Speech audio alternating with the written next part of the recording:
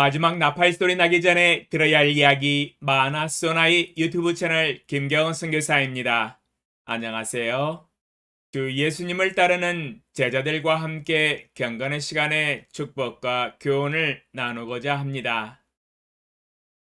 이사야 3장 1절로 3절 보라 주 만군의 여호와께서 예루살렘과 유다가 의뢰하며 의지하는 것을 제하여 버리시되 곧 그가 의지하는 모든 양식과 그가 의지하는 모든 물과 용사와 전사와 재판관과 선지자와 복술자와 장로와 오십부장과 귀인과 모사와 정교한 장인과 능란한 요술자를 그리하실 것이며 무엇을 의지할 것인가? 라는 제목으로 말씀을 묵상해 보았습니다.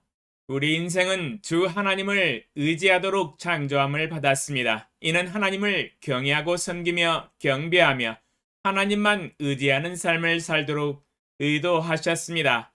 또한 모든 영광을 하나님께 돌려드리며 하나님을 찬양하고 감사하는 삶을 살도록 창조하셨습니다. 우리가 하나님을 경배하고 하나님을 의지할 때에 하나님은 우리 인생에 필요한 모든 것을 공급하여 주십니다.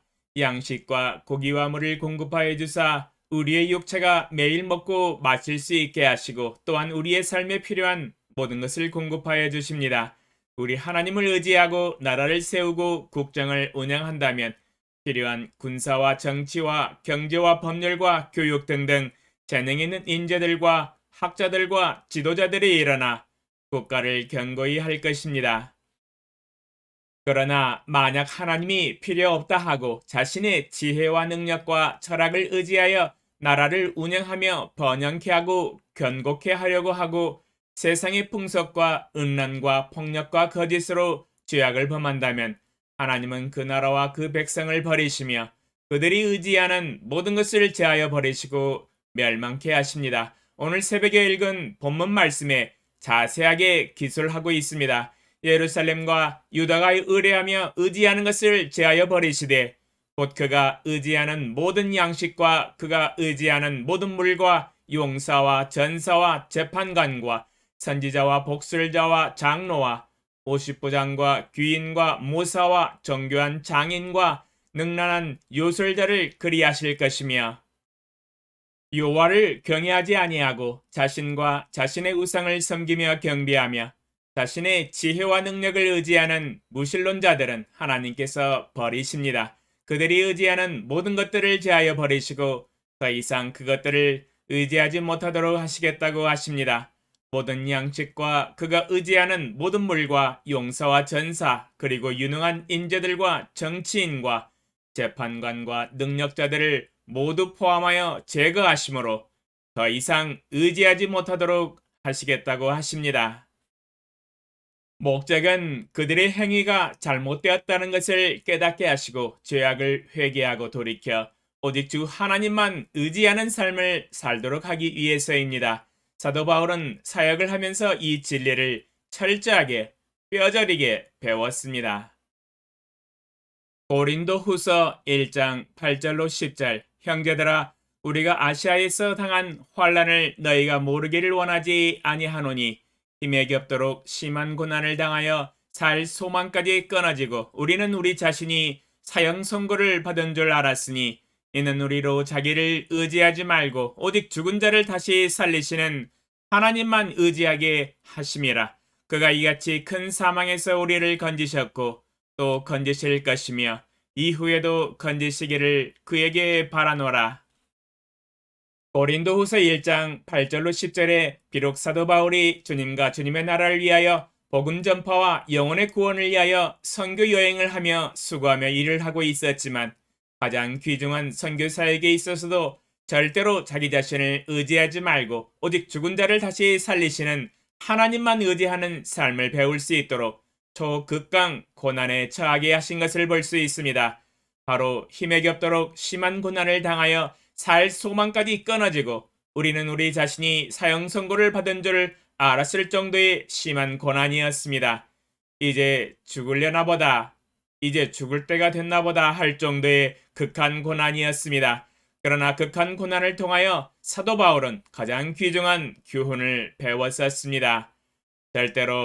절대로 자기 자신을 의지해서는 안 되며 오직 죽은 자를 다시 살리시는 하나님만 의지하는 삶을 살아야 한다는 교훈이었습니다.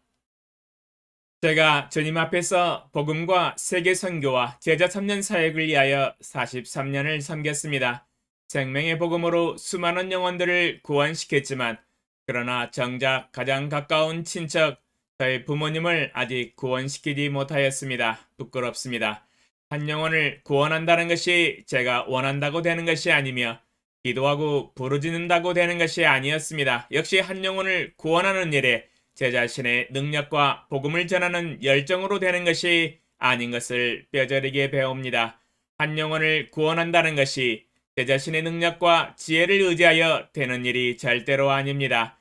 한 영혼이 구원을 얻는 것은 오직 주 하나님의 결정에 의해서 되는 것이기 때문입니다.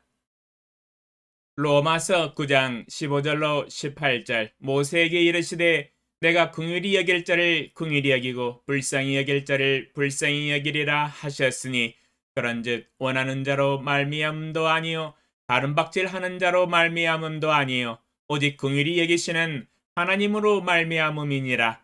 성경이 바로에게 이르시되 내가 이 일을 위하여 너를 세웠으니 곧 너로 말미암아 내 능력을 보이고 내 이름이 온 땅에 전파되게 하려 함이라 하셨으니 그런즉 하나님께서 하고자 하시는 자를 긍휼히 여기시고 하고자 하시는 자를 완악하게 하시느니라. 로마서 9장 15절로 18절에 한 영혼을 완악하게 하시고 긍휼히 여기시고 불쌍히 여기시고 겸손하게 하시는 것은 하나님의 하시고자 하시는 절대주권의 결정에 의해서 된다고 증거하고 있습니다.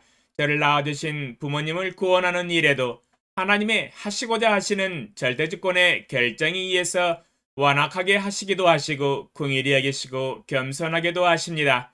맞습니다. 이는 저로 하여금 오직 제 자신의 능력과 지혜를 의지하지 아니하고 오직 주재권을 가지신 주 하나님만 의지하는 삶을 살게 하시기 위함입니다.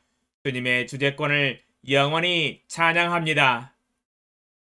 저의 지혜와 힘과 기도로 한 영혼을 구원한다는 것이 불가능한 것을 고백합니다. 제 자신을 의지하지 아니하고 오직 전지전능하신 만군의 주 여호와 아버지 하나님만 의지하는 삶을 살도록 저를 주의 종으로 불러주셨습니다. 약 20년 전에 왼발 섰고 기부스를 하고 2개월을 오직 목발에 의지해서 걸어다녔던 때를 기억합니다. 그때는 왼발 인대가 파열이 되어서 걸을 수가 없었습니다. 걷기 위해서는 오직 목발을 의지해야만이 걸을 수 있었습니다. 왜냐하면 왼발에 힘을 줄 수도 없었으며 왼발을 의지할 수가 없었습니다.